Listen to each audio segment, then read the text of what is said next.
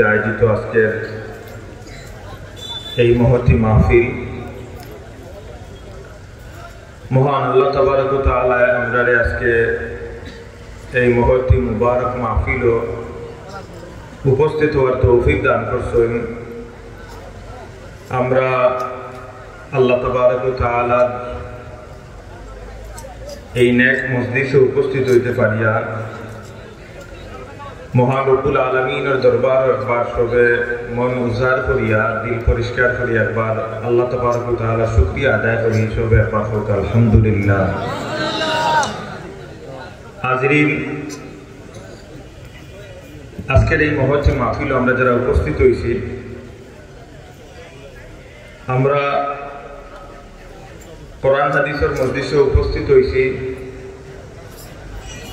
আল্লাহ রাব্বুল ইজ্জতে আমাদের আজকের এই মহৎ মাহফিল থেকে খালিয়াতে ফেরত দিতা না। আল্লাহ তাবারক ওয়া তাআলার দরবারে আমরা সবে দোয়া করব, আল্লাহ তাবারক ওয়া তাআলা আজকের এই মাহফিল থেকে আমাদের নিষ্পাপ হিসাবে ঘোষণা দিয়া, অর্থাৎ গুনাহ লইয়া আমরা এই মাহফিল থেকে বাড়িয়া যাইতাম না। আমরা আল্লাহ তাবারক ওয়া তাআলার দরবারে তওবা করব, মাগফিরাত কামনা করব। কোরআন হাদিসের মজলিসে আইছি আমরা তওবা করব।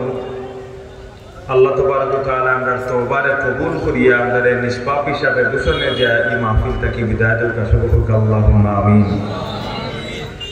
হাজিরিন, সাবজেক্ট ভিত্তিক আলোচনা, আদর্শ সমাজ গঠনের যুব সমাজ, যুবকদের ভূমিকা আমার সাবজেক্ট। আল্লাহ তাবারক ওয়া তাআলা তৌফিক দিলে কিছু সময় এই সাবজেক্টের উপরে আলোচনা করার তৌফিক আল্লাহ তাবারক ওয়া তাআলা দিতা। আল্লাহর কাছে সাহায্য চাই। আর এবং আপনারা যারা উপস্থিত হয়েছেন, আমি অনুরোধ করব যে আমরা এই মাহফিল থেকে কিচ্ছু লইয়া যাইতাম শিখতাম। আমি প্রত্যেকটা মাহফিলের কথা হওয়ার চেষ্টা করি যে মাহফিল সার্থক হইব যদি আমরা এই মাহফিল থেকে কিচ্ছু লইয়া যাইতাম পারি।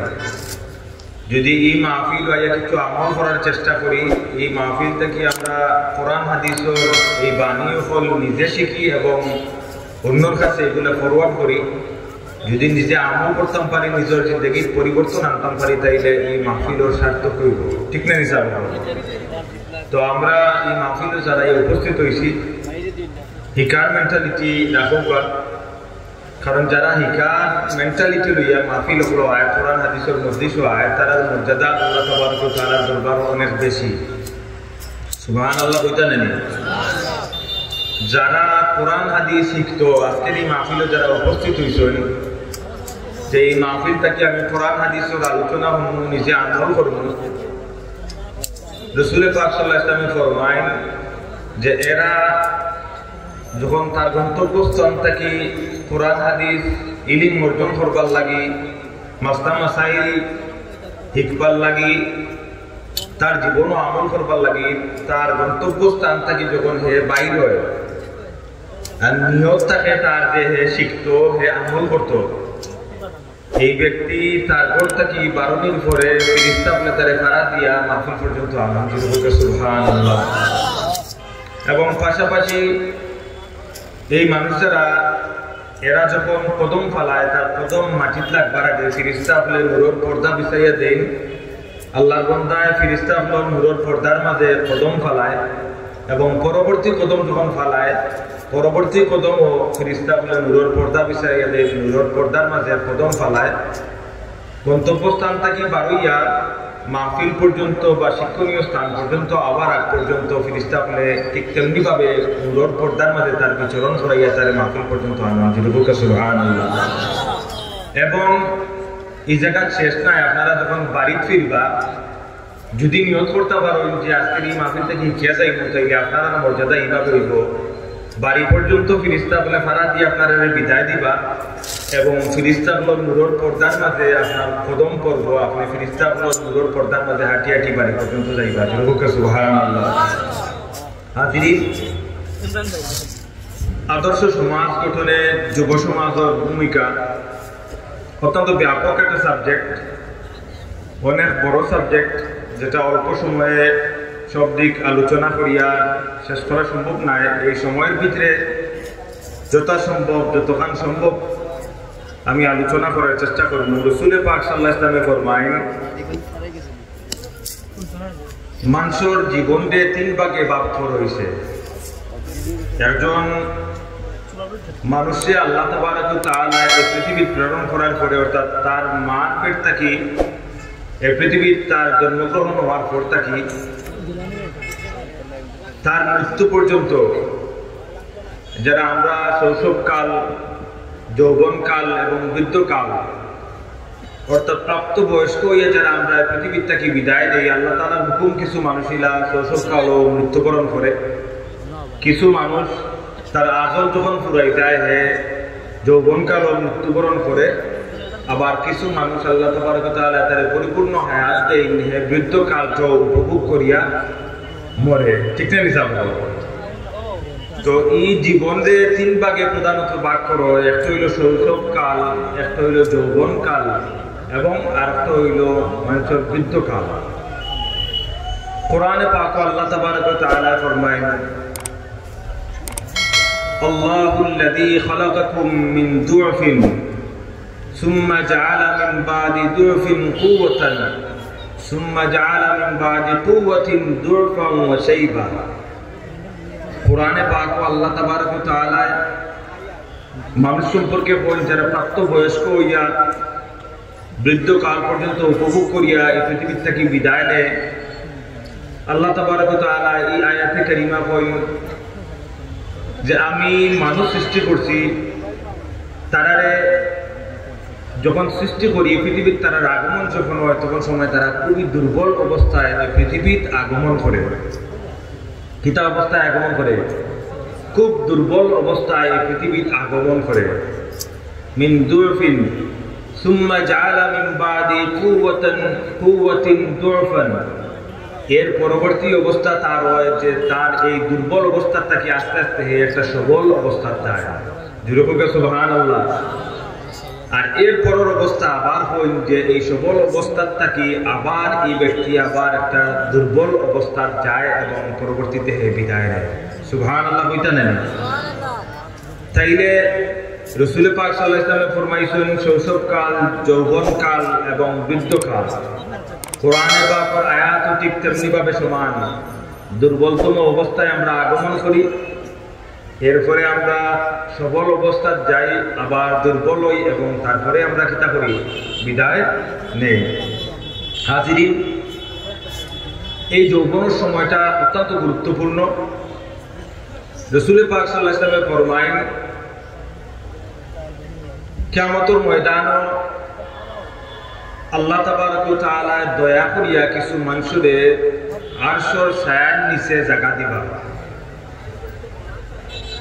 অর্থাৎ আল্লাহ তাবারক ওয়া তাআলা আরশের যে ছায়ার নিচে যে জায়গা দিবা মানুষরে, এই আরশের ছায়া ছাড়া আর কোনো ছায়া অবশিষ্ট থাকতো না।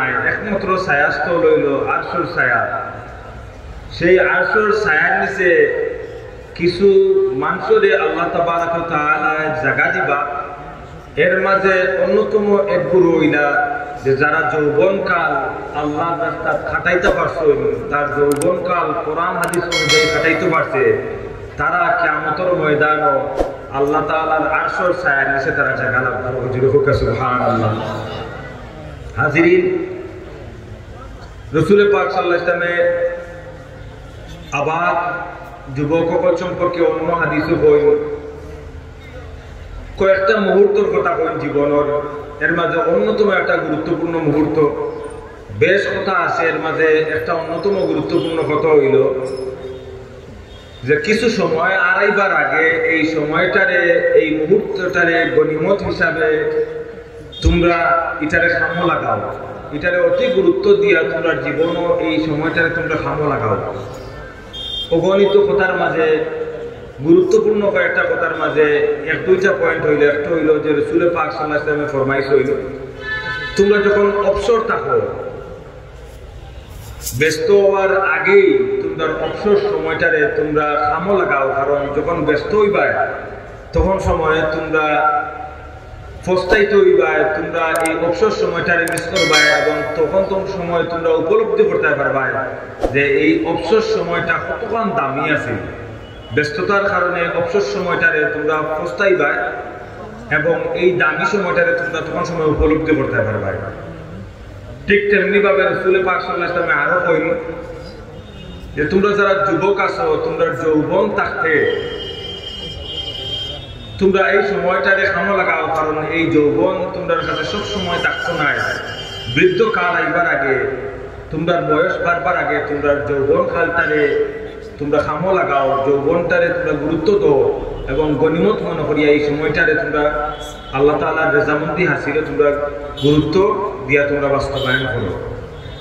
হাজিরিন, এই যৌবন কালটা উলামায়ে কেরাম হল, ফুকাহায়ে কেরাম হল, মুহাদ্দিসিনে কেরাম হল, আইম্মায়ে মুজতাহিদিন যারা আছেন, এমনকি আল্লাহ নবী সাল্লাল্লাহু আলাইহি ওয়াসাল্লামের হাদিস যে এই যৌবন কালটা মানুষের সব সময় থাকে না, এটা একটা লিমিটেড অল্প সময় মানুষের যৌবন কাল। এই যৌবন কালটা কি আমরা সব সময় থাকে? কথা কোন জানো? এই যৌবন কালটা কি আমরা সব সময় থাকে? থাকে না, এটা অল্প সময়। এবং উদাহরণ হিসাবে আমরা যে সাইদ মাযহাব প্রধানত মানি, হানাফি, শাফি, মালিকি, হাম্বলি, ইমাম আহমদ ইবনে হাম্বল রহমাতুল্লাহ আলাইহি কইছেন যে এই যৌবন কালটা উদাহরণ হিসাবে তাই কইতে কইছেন যে মানুষের হাতের মাঝে ছোট একটা বস্তু থাকে, আর এই হাতটা নাড়াচাড়া করলে যেভাবে হাতটা কি পড়ে যাওয়ার সম্ভাবনা থাকে, আর পড়ে গেলে এই বস্তুটা নষ্ট হয়ে যাব আর ফিরিয়া তোলা যাইতো না, ঠিক তেমনি ভাবে তাই যৌবনটারে ওভাবে উদাহরণ দিছেন যে এই যৌবনটা হাতের মাঝে এক বস্তু আছে, আপনারা এটা পড়ে গেলে ফিরিয়া আবার আথর হওয়া যাইতো না, ওরকম উদাহরণ দিয়ে তাই যৌবন কালে উদ্ধৃতি দিছেন। আবার অন্যান্য উলামায়ে কেরাম হলে যৌবন কালটারে অতি অল্প সময়, খুব কম সময় তারা অ্যাড্রেস করছেন এবং কইছেন যে এই ইউথ টাইমটা যেটা, এই যৌবন কালটা যেটা, এই যৌবনের সময়টা অতি অল্প, অল্প সময়ের ভিতরে আপনার যৌবন কাল অতিবাহিত হইব। রাসূল পাক সাল্লাল্লাহু আলাইহি ওয়াসাল্লাম ফরমাইছেন যে এই অল্প সময়টা, এই যৌবন কালটা যারা কামে লাগাইয়া যাইতে পারবো, তারা নফসে কন্ট্রোল রাখতে পারবো, এরা তারা জিন্দগিতে কামিয়াব হইব। এবং রাসূল পাক সাল্লাল্লাহু আলাইহি ওয়াসাল্লাম ফরমাইছেন যারা যৌবন কালটা কোরআন হাদিস মাফিক তারা জীবন করতে পারবো, আমার আল্লাহ তাবারক ওয়া তাআলা তারার লাগি জান্নাতরে সুসজ্জিত করিয়া সাজাইয়া এই যুবকগুলোর লাগি রাখিয়া দিয়েছেন। যুবকরা সুবহানাল্লাহ। হাজিরিন, এই যুব সমাজের উদাহরণ যদি আমরা টানি, যুব সমাজের আলোচনা যদি আমরা করি, এই পৃথিবীর সর্বকালের সর্বশ্রেষ্ঠ মানব আমরা আকা মওলা সরওয়ারে কায়নাত রহমাতাল লিল আলামিন শাফিউল মুজনিবিন রাসূল পাক সাল্লাল্লাহু আলাইহি ওয়াসাল্লাম তার জীবনের যৌবন কালটা, এই যৌবনের সময়টা যদি আমরা দেখি, তাইলে এই পৃথিবীর সবচেয়ে বড় উপমা, এই পৃথিবীর সবচেয়ে বড় আদর্শ, এই পৃথিবীর সবচেয়ে সুন্দর যৌবনকাল কাটানেওয়ালা যেই আমরা আদর্শ হিসাবে নিতে পারবো, তাই নইলে আমরা রহমাতুল লিল আলামিন জনাবে মুহাম্মদুর রাসূলুল্লাহ সাল্লাল্লাহু আলাইহি ওয়াসাল্লাম। এমনকি রাসূল পাক সাল্লাল্লাহু আলাইহি ওয়াসাল্লামের জীবদ্দশায় তার দ্বীন প্রচার, রাসূল পাক সাল্লাল্লাহু আলাইহি ওয়াসাল্লামের জীবদ্দশায় বিভিন্ন যুদ্ধক্ষেত্রে,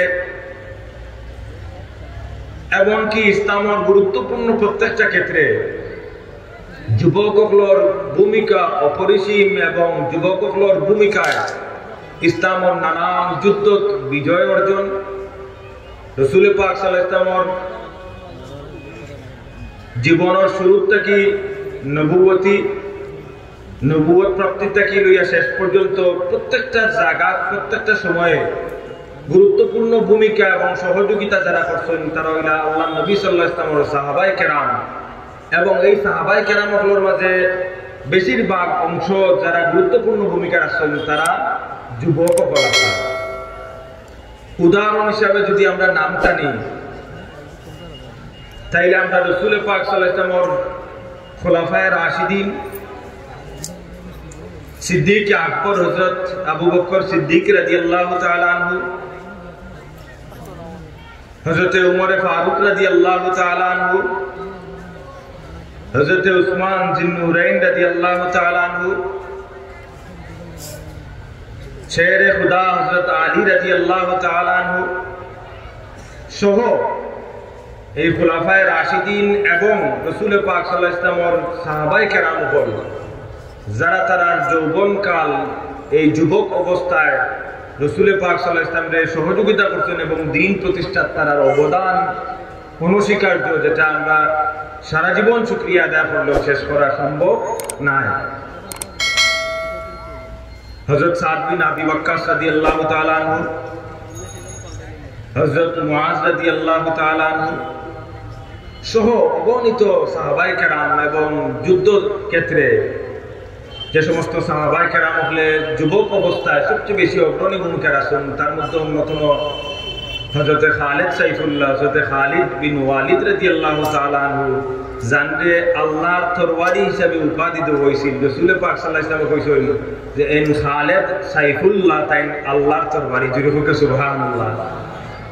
এরা যুবক অবস্থায় ইসলামের নেতৃত্ব দিছেন, যুদ্ধের ক্ষেত্রে নেতৃত্ব দিছেন এবং দ্বীন প্রতিষ্ঠায় অগ্রণী ভূমিকা রাখছেন। আমরা হযরত সিদ্দিক আকবর রাদিয়াল্লাহু তাআলা আনহু আলোচনা যদি করি, আমরা যদি হযরত উমর ফারুক রাদিয়াল্লাহু তাআলা আনহু আলোচনা করি, আমরা আলোচনা করিয়া শেষ করা সম্ভব নয়। যদি এক যুবকের উদাহরণ আমরা দেই, হযরত উমর ফারুক রাদিয়াল্লাহু তাআলা আনহু তান ইসলাম ধর্ম গ্রহণ করা এবং তান বীরত্ব, তান যৌবনকাল খাটানি, যা ইসলামের লাগি মাইল ফলক এবং আমরার লাগি দৃষ্টান্ত তাই স্থাপন করিয়া গেছেন, যেরকম সুবহানাল্লাহ। হাজিরিন, এই যুবক অবস্থায় এই যুব সমাজ আমরা যারা, আমরা